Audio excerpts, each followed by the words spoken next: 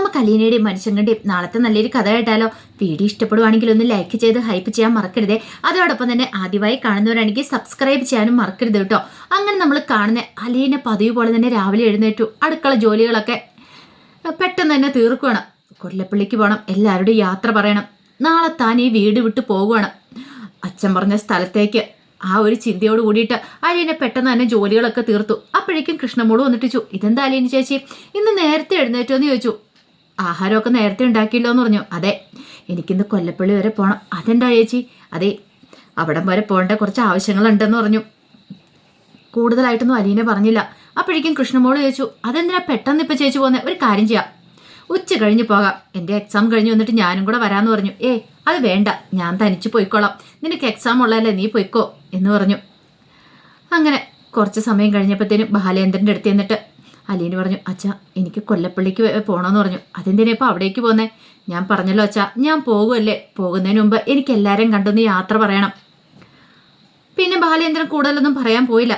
അവൾ പോകുമല്ലേ, അവളുടെ ആഗ്രഹം പോലെ നടക്കട്ടെ എന്ന് വിചാരിച്ചു. ബാലേന്ദ്രൻ പറഞ്ഞു, അല്ല നീ എങ്ങനെയാ പോകുന്നേ? ഞാൻ കൊണ്ടാക്കോ മറ്റേ ചെയ്യണോ? അത് വേണ്ടച്ചാ, ഞാനൊരു ഓട്ടോറിക്ഷ വിളിച്ച് പൊയ്ക്കൊള്ളാന്ന് പറഞ്ഞു. അലീന പോയി കഴിഞ്ഞപ്പോൾ ബാലേന്ദ്രൻ നല്ല ടെൻഷനായി. ഇന്നൊരു ദിവസം കൂടെ അവൾ ഇവിടെ ഉള്ളൂ. അവൾ നാളെ ഈ വീട് വിട്ട് പോകുകയാണ്. അത് ഓർത്ത് കഴിഞ്ഞപ്പോൾ വല്ലാത്തൊരു ബുദ്ധിമുട്ട്. ബാലേന്ദ്രൻ എന്തോ തൻ്റെ മകൾ ഈ വീട് വിട്ട് പോകുന്നൊരു ബുദ്ധിമുട്ടാണ്. ബാലേന്ദ്രൻ അലീന ആ വീട്ടിൽ നിന്ന് പോകുന്ന ഒട്ടും ഇഷ്ടമില്ല. ഒരു പക്ഷേ സ്റ്റാൻലി ഏറ്റെടുക്കുമെന്ന് പറഞ്ഞില്ലായിരുന്നെങ്കിൽ ബാലേന്ദ്രൻ ഒരിക്കലും അവൾ അവിടെ നിന്ന് വിടത്തില്ലായിരുന്നു. സ്റ്റാൻലി ഏറ്റെടുക്കുമെന്ന് പറയുമെന്ന് ഒരിക്കലും വിചാരിച്ചല്ല.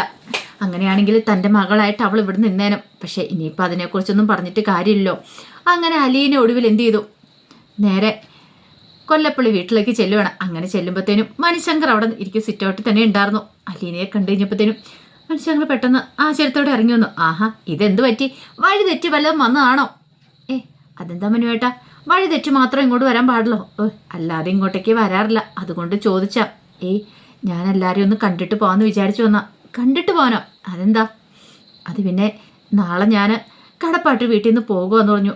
പോവാനോ? അതെ, നാളെ പോകുക. നേരത്തെ പറഞ്ഞിട്ടുണ്ടായിരുന്നല്ലോ, കൊളത്തൂപ്പുഴ എന്നൊരു സ്ഥലത്ത് അച്ഛന് ഒരു ജോലി വാങ്ങി തന്നിട്ടുണ്ട്. അപ്പോൾ അവിടുത്തെ സാറ് വിളിച്ചിട്ടുണ്ടായിരുന്നു. അപ്പം നാളെ എന്നെ കൊണ്ട് അച്ഛൻ അവിടേക്ക് പോകുമെന്ന് പറഞ്ഞു. ഇത് കേട്ട് കഴിഞ്ഞപ്പോഴത്തേനും മനുവിൻ്റെ മുഖമൊക്കെ അങ്ങോട്ട് മാറി. അലീന പോകുന്ന വേറെ ഒരിടത്തേക്കുമല്ല, അലീനയുടെ അച്ഛൻ്റെ അടുത്തേക്കാണ്. അത് ഇവൾക്ക് അറിയത്തില്ല, പക്ഷെ ഇവളോട് പറയാനും പറ്റില്ലല്ലോ എന്നൊരു ചിന്തയൊക്കെയായിരുന്നു മനസ്സറിയെ. അപ്പോഴേക്കും അലീനയോട് ചോദിച്ചു, അല്ല എവിടേക്കാ, എങ്ങനെ എന്താണെന്നൊക്കെ അറിയാവോ? അതൊന്നും എനിക്കറിയില്ല മനുവേട്ടാ. അച്ഛനല്ലേ, അച്ഛൻ എനിക്ക് എന്താണെങ്കിലും നല്ലൊരു വീട്ടിലേക്കോ എന്നെ പറഞ്ഞു വിടുകയുള്ളൂ എന്നുള്ള കാര്യം എനിക്കറിയാം. അതുകൊണ്ട് ഞാൻ കൂടുതലായിട്ടൊന്നും ചോദിക്കാൻ പോയില്ല. പിന്നെ ഇവിടെ വരെ വന്നത് എല്ലാവരെയും ഒന്ന് കണ്ടിട്ട് അവസാനമായിട്ട് യാത്ര പറഞ്ഞിട്ട് പോകാമെന്ന് കരുതി. അമ്മയൊന്ന് കാണണം, പിന്നെ അമ്മൂമ്മ എല്ലാവരെയും ഒന്ന് കാണണമെന്ന് പറഞ്ഞു. അത് കേട്ട് കഴിഞ്ഞപ്പോഴത്തേനും മനുഷ്യങ്ങളുടെ മുഖമൊക്കെ അങ്ങോട്ട് മാറി. ഓഹോ, അപ്പോൾ ഒരു യാത്ര പറച്ചിൽ ആ ഉദ്ദേശം ഇല്ലേന്ന് ചോദിച്ചു. അതെ, ആദ്യം അമ്മയോട് യാത്ര പറയണം. അപ്പം എന്നോടോ? മനുഷ്യങ്ങളുടെ ആ ചോദ്യം കേട്ട് കഴിഞ്ഞപ്പോൾ അലീന മനുവിനെ നോക്കണം. അല്ല നീ എന്നോടോ? അല്ല മനുവേട്ടാ, അത് പിന്നെ ഞാനും. എനിക്കറിയാം, ഇവിടം വിട്ട് നീ പോയി കഴിഞ്ഞിട്ടുണ്ടെങ്കിൽ എന്നെ മറക്കും, പിന്നെ നിനക്ക് എന്നെ വേണ്ടായിരിക്കുമല്ലേ. അങ്ങനൊന്നും പറയരുത് മനുവേട്ട, അതിന് എൻ്റെ മനസ്സിൽ നിന്ന് മനുവേട്ടൻ മാഞ്ഞു പോകത്തില്ലല്ലോ. മനുവേട്ടൻ എപ്പോഴും എൻ്റെ രീതിയിൽ തന്നെ കാണുമെന്ന് പറഞ്ഞു. ഇതൊക്കെ ഇപ്പം പറയും, പക്ഷെ എനിക്കറിയാം എന്നൊക്കെ പറഞ്ഞുകൊണ്ട് മനു സങ്കടത്തോടുകൂടി അകത്തേക്ക് അങ്ങോട്ട് കയറി പോകുമ്പോഴത്തേനും അലീനയ്ക്കും ഭയങ്കര വിഷമമായി. മനുവേട്ടന് നല്ല സങ്കടം ഉണ്ടെന്ന് മനസ്സിലായി. പക്ഷെ പറഞ്ഞിട്ട് കാര്യമില്ല, തൻ്റെ അവസ്ഥ ഇതാണ്, തനിക്ക് പോയല്ലേ മതിയാവുള്ളൂ എന്നൊക്കെ ഒരു ചിന്തയായിരുന്നു അലീനയുടെ മനസ്സിൽ. അങ്ങനെ ഒടുവിൽ അലീന അകത്തേക്ക് അങ്ങോട്ട് കയറി ചെല്ലുമ്പോഴത്തേനും കമല അങ്ങോട്ട് ഇറങ്ങി വന്നു. അലീനയെ നോക്കി. അപ്പോഴേക്കും അലീന പറഞ്ഞു, അതെ ഞാൻ നാളെ പോകുക, അപ്പോൾ ഒന്ന് യാത്ര എല്ലാവരോടും പറഞ്ഞിട്ട് പോകാമെന്ന് എഴുതി വന്നാ. ഓ പോകുവാണോ? ഇത് നീ നേരത്തെ ചെയ്യുമായിരുന്നെങ്കിലേ ആ കുടുംബത്തിൽ ഇത്രയും പ്രശ്നങ്ങളൊന്നും ഉണ്ടാകത്തില്ലായിരുന്നു. നീ ഒരു ഒറ്റ എഴുത്തി കാരണം ആ കുടുംബം ഇല്ലാതായെന്നൊക്കെ പറഞ്ഞ് കുറ്റപ്പെടുത്തി. അപ്പോഴേക്കും അലീന പറഞ്ഞു, ഇനിയിപ്പോൾ ആ പ്രശ്നങ്ങളൊന്നും ഉണ്ടാകത്തില്ല ആൻറ്റി, ഞാൻ എന്താണെങ്കിലും പോകുവാണല്ലോ. രക്ഷപ്പെട്ടു. കാരണം കമലയ്ക്ക് എത്രയും പെട്ടെന്ന് അലീന ഒന്ന് പോയാൽ മതിയെന്നുള്ളൂ. അങ്ങനെ പോയാലാണെങ്കിൽ ആണല്ലോ തൻ്റെ മകൻ്റെ ജീവിതം, അതോടൊപ്പം തന്നെ വൈജയന്തി ഈ വീട് വിട്ട് പോകത്തുള്ളൂ. ആ ഒരു ചിന്തയായിരുന്നു കമലയുടെ മനസ്സിൽ. അങ്ങനെ സംസാരിക്കുമ്പോഴത്തേൻ്റെ രഞ്ജിനി അങ്ങോട്ട് വന്നിട്ട് പറഞ്ഞു, അമ്മ എന്തൊക്കെയാണ് പറയണമെന്ന് ചോദിച്ചു. അതെ, ഇവള് പോകുമെന്ന് കേട്ടപ്പം എനിക്ക് സന്തോഷം അടക്കാൻ പറ്റുന്നില്ലെന്ന് പറഞ്ഞു. അമ്മയൊന്നും മിണ്ടാതിരിക്കാൻ പറഞ്ഞു. പിന്നീട് അലീനയോട് വിശേഷങ്ങളൊക്കെ തിരക്കുന്നുണ്ട്. അലീന പോകുന്നതിനെ കുറിച്ചൊക്കെ രഞ്ജിനിയോടും പറയാണ്. അതിനുശേഷം പറഞ്ഞു, ഞാൻ മാഡത്തിനെ ഒന്ന് കണ്ടിട്ട് വട്ടെ, ഒന്ന് യാത്ര പറഞ്ഞിട്ട് വരാമെന്ന് പറഞ്ഞു. ചെല്ലിയല്ലേ, ചെന്ന് യാത്ര പറഞ്ഞിട്ട് എത്രയും പെട്ടെന്ന് തന്നെ പോകാൻ നോക്ക്. നീ പോകാന്ന് അറിഞ്ഞു കഴിഞ്ഞിട്ടുണ്ടെങ്കിൽ അവൾക്ക് ഇരട്ടി സന്തോഷമായിരിക്കും. അങ്ങനെ ഒടുവിൽ അലീന വൈജയന്തിയുടെ മുറിയിലേക്ക് അങ്ങോട്ട് വരുവാണ്. അങ്ങനെ വന്ന് ഡോർബെൽ പതുക്കി ഇങ്ങനെ ഒന്ന് മുട്ടുവാണ്. മുട്ടിക്കഴിഞ്ഞപ്പോഴത്തേനും വൈജയന്തി വന്ന് കഥ തുറന്നു. അലീനയെ കണ്ടു കഴിഞ്ഞപ്പോഴത്തേനും ഇങ്ങനെ രൂക്ഷമായിട്ട് നോക്കുകയാണ്. പിന്നീട് വൈജയന്തി അകത്തേക്ക് തന്നെ തിരിഞ്ഞങ്ങോട്ട് പോകുമ്പോഴത്തേനും മാഡെന്നും പറഞ്ഞ് അലീന ഒന്ന് വിളിച്ചു. അപ്പോഴേക്കും വൈജയന്തി ഇങ്ങനെ ഭയങ്കരമായിട്ട് രൂക്ഷമായിട്ടാണ് നോക്കുന്നത്. ആ നോട്ടം കണ്ടു കഴിഞ്ഞപ്പോഴത്തേനും അലീനയുടെ മനസ്സിൽ കൂടെ പല പല ചിന്തകളും വന്നു. കുറേ കാലങ്ങൾക്ക് മുമ്പ് താൻ തൻ്റെ അമ്മയെ ഒരു നോക്ക് കാണാനായിട്ട് ഓടി വന്നതാണ്. എന്തൊക്കെ പ്രതീക്ഷകളായിരുന്നു. തൻ്റെ പെറ്റമ്മയാണ് നിൽക്കുന്നത്. പക്ഷെ അവർക്കറിയില്ല അവരുടെ സ്വന്തം മകളാണ് അവരുടെ കൺമുന്നിൽ നിൽക്കുന്നതെന്ന്. അതറിയില്ലാതെ ഇത്രയും കാലം തന്നെ ദ്രോഹിച്ചു. തന്നെ ആ വീട്ടിൽ നിന്ന് ഇറക്കി വിടുന്നതും ആ അമ്മ തന്നെയാണ്. എന്തൊക്കെ പ്രതീക്ഷയോട് വന്ന ഒടുവിലൊന്നും ഇല്ലാതായി. ഒരുപക്ഷെ അന്ന് ബ്രിജിത്താമ്മ തന്നോടൊരു കാര്യം പറഞ്ഞിട്ടുണ്ടായിരുന്നു, തൻ്റെ അമ്മയെ തനിക്ക് കാണാം, പക്ഷേ തൊടുവേ ഒക്കെ ചെയ്യാം, പക്ഷെ ഒരു കാരണവശാലും താൻ മോളാന്നുള്ള കാര്യം അവരോട് പറയായിരുന്നു. താൻ ആ വാക്ക് പാലിച്ചു, ഇന്ന് വരെ അത് പാലിച്ചു. പക്ഷെ അതിൻ്റെ ഇടയ്ക്ക് ഒരു സംഭവം നടന്നേ അച്ഛൻ അറിഞ്ഞു, അതുമാത്രം. എന്താണെങ്കിലും സാരമില്ല, ഇനിയിപ്പം താൻ ആരോടൊന്നും പറയാൻ പോകുന്നില്ല. ഇതോടുകൂടി താൻ അവരുടെ ജീവിതത്തിൽ നിന്ന് പോകുമല്ലേ. അപ്പോഴേക്കും വൈജയന്തി രൂക്ഷമായിട്ട് അലീനെ നോക്കി എന്നിട്ട് നിന്നോട് ആരുടെ എൻ്റെ മുറിയിലേക്ക് വരാൻ പറഞ്ഞേ? എന്ത് കാണാനാടി ഇപ്പം നീ ഇങ്ങോട്ടേക്ക് വന്നേ? ഇവിടെ എനിക്കൊരു സ്വസ്ഥത സമാധാനം തരത്തില്ലല്ലേ?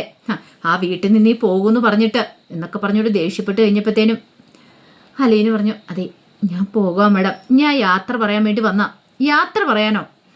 എടി നീ കൂടുതൽ യാത്ര പറയുമൊന്നും വേണ്ട, മര്യാദയ്ക്കൊന്ന് പോയി തന്നാൽ മതി. അപ്പോഴേക്കും അലീന പറഞ്ഞു, ഞാൻ അറിഞ്ഞോ അറിയാതെയോ അങ്ങനെ എന്തെങ്കിലും ഒരു തെറ്റ് മാഡത്തിനോട് ചെയ്തിട്ടുണ്ടെങ്കിൽ എന്നോട് ക്ഷമിച്ചേക്കണം. എനിക്ക് എൻ്റെ അറിവില്ലായ്മ കൊണ്ട് പറ്റിപ്പോയതാ. എനിക്ക് മാഡത്തിനോട് ഒരു ശത്രുതയില്ല, ഒരു പിണക്കോ ഇല്ല.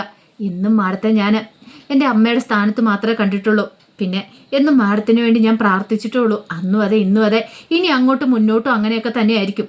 അത് കേട്ടപ്പോൾ വൈജയന്തി ദേഷ്യത്തോടു കൂടി പറഞ്ഞു, നിന്റെ പ്രാർത്ഥനയുടെ ഫലമാണല്ലോ ഇപ്പം ഞാനിങ്ങനെ കിടക്കുന്നത്. ഇപ്പോഴത്തെ എൻ്റെ അവസ്ഥ, എൻ്റെ കുടുംബം കുളം തോണ്ടാൻ വന്നവളല്ലേടി നീ. അതും പോരാഞ്ഞിട്ട് നീ എന്നെ മാത്രമല്ല എൻ്റെ കുടുംബം മൊത്തം നീ നശിപ്പിച്ചു. നീ വന്ന് കാല് കുത്തിയതിന് ശേഷമാണ് എൻ്റെ കുടുംബത്തിൽ അത്രയും പ്രശ്നങ്ങളൊക്കെ ഉണ്ടായത്. എടി പിഴച്ചവളെ, എന്നിട്ട് നിനക്ക് സമാധാനമായോ? ഓരോന്നൊക്കെ ഒപ്പിച്ച് വെച്ചിട്ട് എന്നിട്ട് അവളെ യാത്ര ചോദിക്കാനും ക്ഷമ ചോദിക്കാനും വേണ്ടി വന്നിരിക്കുന്നു. നാണമുണ്ട് നീ ഇങ്ങോട്ടേക്ക് വരുമോ? നീയൊന്ന് പോയി തന്നാൽ മതിയായിരുന്നു. കിട്ടേണ്ടതൊക്കെ നിനക്ക് കിട്ടിയില്ലേ? എല്ലാം വാങ്ങിച്ചെടുത്ത് കാണുമല്ലോ. ഇനിയിപ്പോൾ യാത്രയും പറഞ്ഞ് പൊടിയും തട്ടി അങ്ങോട്ട് പോയാൽ മതിയല്ലോ. എൻ്റെ മക്കളെയും എൻ്റെ ഭർത്താവിനെയും കയ്യിലെടുത്തിട്ട് അവൾ നിൽക്കുന്നു. അത് കേട്ടപ്പോൾ അലീന പറഞ്ഞു, അതെ ഞാൻ ആർക്കും ഒരു ദ്രോഹവും ചെയ്തിട്ടില്ല. ഞാൻ ആരുടെ കുടുംബം നശിപ്പിക്കാൻ വേണ്ടി വന്നതുമല്ല. എനിക്കൊന്നും വേണ്ടതാനും. ഞാൻ വെറും കൊയ്യാടെ വന്നത്, പോകുന്നു അങ്ങനെ തന്നെയാ. എടി നീ കൂടുതൽ വിസ്തരിക്കേണ്ടപടി പഴിച്ചവളെ, മര്യാദയ്ക്ക് ഇറങ്ങി പോകുന്നത് നല്ലത്. അപ്പോഴേക്കും അലീന പറഞ്ഞു, അതെ ഇങ്ങനൊന്നും പറയരുത് മാഡം, ഞാൻ പിഴച്ചവളൊന്നും അല്ല. അത് നിന്നെ കണ്ടാൽ തന്നെ അറിയാം, ഏതോ ഒരു ഒരുമ്പെട്ട സ്ത്രീക്ക് ഉണ്ടായതല്ലേടി നീയ. എന്നിട്ട് അവൾ വന്ന് എൻ്റെ മുന്നിൽ നിന്ന് വലിയ വ്യാഖ്യാനം പറയുന്നു. മിണ്ടാതെ പോയിക്കോണം അവിടുന്ന്. അത് കേട്ടപ്പോൾ അലീന വൈജയന്തിയെ നോക്കി എന്നിട്ട് പറഞ്ഞു, മേഡം ഇപ്പോൾ പിഴച്ചവളെന്ന് വിളിച്ചല്ലോ. മാഡം സ്വന്തമായിട്ടൊന്ന് തിരിഞ്ഞു നോക്കി അറിയാം. കുറേ വർഷങ്ങൾക്ക് മുമ്പ് ആഗ്രഹം വെച്ച് എന്താ സംഭവിച്ചതെന്ന്.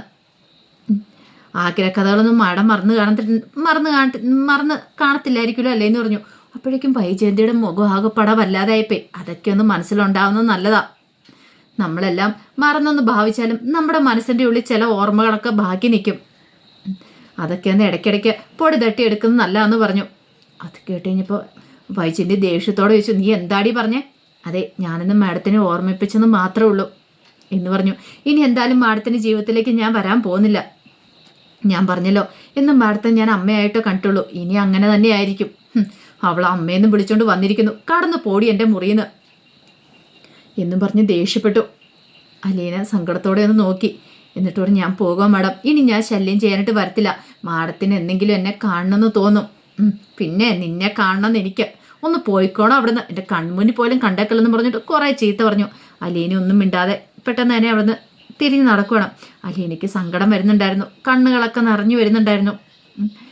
എത്ര ആഗ്രഹത്തോടു കൂടിയിട്ടാണ് താൻ കടപ്പാട്ട് വീട്ടിലേക്ക് വന്നേ. തൻ്റെ അമ്മയെ ഒരു നോക്ക് കാണണം എന്നുള്ള ആഗ്രഹം. പക്ഷെ ഒടുവിൽ അതിങ്ങനെയായി. സാരമില്ല, കണ്ടു. തൻ്റെ അമ്മയാകാൻ തിരിച്ചറിയുകയും ചെയ്തു. ഒരുപക്ഷെ തനിക്ക് ഇത്രമാത്രം വിധിച്ചിട്ടുള്ളായിരിക്കും. എപ്പോഴാണെങ്കിലും അമ്മ നന്നായിട്ട് ജീവിച്ചാൽ മതി, അമ്മയുടെ ജീവിതം തകരാൻ പാടില്ല. അത് മാത്രമായിരുന്നു അലീനയുടെ മനസ്സിൽ. ഇവിടെ വരെ വന്ന സ്ഥിതിക്ക് എന്താണെങ്കിലും സൗദാമിനി മുത്തശ്ശിയും കൂടെ കണ്ടിട്ട് പോകാനായിട്ട് അലീന തീരുമാനിച്ച് നേരെ സൗദാമിനി മുത്തശ്ശിയുടെ അടുത്തേക്ക് ചെല്ലുവാണ്. അങ്ങനെ ചെന്ന് കഴിഞ്ഞപ്പോഴത്തേനും സൗദാമിനി മുത്തശ്ശി പറഞ്ഞു, നീയോ വന്നോ? ഇപ്പോഴെങ്കിലും വന്നല്ലോ. എൻ്റെ കുഞ്ഞെ, നീ ഇല്ലാത്തതിൻ്റെതായ നല്ല ബുദ്ധിമുട്ട് എനിക്കുണ്ട്. അവിടെയായിരുന്ന സമയത്ത് എനിക്ക് എന്ത് സുഖമായിരുന്നു. എൻ്റെ എല്ലാ കാര്യങ്ങളും നീ നോക്കുമായിരുന്നു. അല്ല, മുത്തശ്ശിക്ക് സുഖമാണോ? പിന്നെ പരമാനന്ദ സുഖം അവിടെ. നീ നോക്കിയതുപോലെ എന്നെ ആരെങ്കിലും നോക്കുവോ? ആ കമലയല്ലേ ആള്. എപ്പോഴെങ്കിലും ഇത്തിരി എന്തെങ്കിലും ഫുഡ് കൊണ്ടുത്തരും. അത് ശിവനെ പേടിച്ചിട്ട് മാത്രം. നീ ആയിരുന്നെങ്കിൽ എന്നെ പൊന്നുപോലെ നോക്കില്ലായിരുന്നോ? അപ്പോഴേക്കും അലീനോട്, സാരമില്ല മുത്തശ്ശി, മുത്തശ്ശിക്ക് പെട്ടെന്ന് തന്നെ എഴുന്നേറ്റ് നടക്കാനൊക്കെ പറ്റൂ കേട്ടോ. പിന്നെ ഞാൻ ഇങ്ങോട്ടേക്ക് വന്നേ ഒരു യാത്ര പറയാൻ വേണ്ടിയാ. യാത്ര പറയാനോ? എന്താ, നീ പോകണോ മോളേന്ന് ചോദിച്ചു. അതെ, ഞാൻ പോവാം മുത്തശ്ശി, ഞാൻ വേറൊരു വീട്ടിലേക്ക് ജോലിക്ക് പോവാന്ന് പറഞ്ഞു. അതെന്താ നീ പെട്ടെന്ന് വേറൊരു വീട്ടിലേക്ക്? അത് പിന്നെ ഞാൻ അവിടെ ഉണ്ടെങ്കിൽ മാഡം ഇങ്ങോട്ടേക്ക് വരത്തില്ലോ, അതുകൊണ്ടാന്ന് പറഞ്ഞു. എൻ്റെ കുഞ്ഞേന്നും പറഞ്ഞുകൊണ്ട് സൗദാമിനി മുത്തശ്ശി അലീനയെ കെട്ടിപ്പിടിക്കുകയാണ്. കാരണം ഈ പണ്ടത്തെ പോലെയല്ല, ഇപ്പം സൗദാമിനി മുത്തശ്ശിക്കറിയാം തൻ്റെ മകളുടെ മകളാ ഇവളെന്നുള്ള കാര്യങ്ങൾ. അതുകൊണ്ടൊക്കെയാണ് മുത്തശ്ശി അങ്ങനെ ചെയ്യുന്നത്.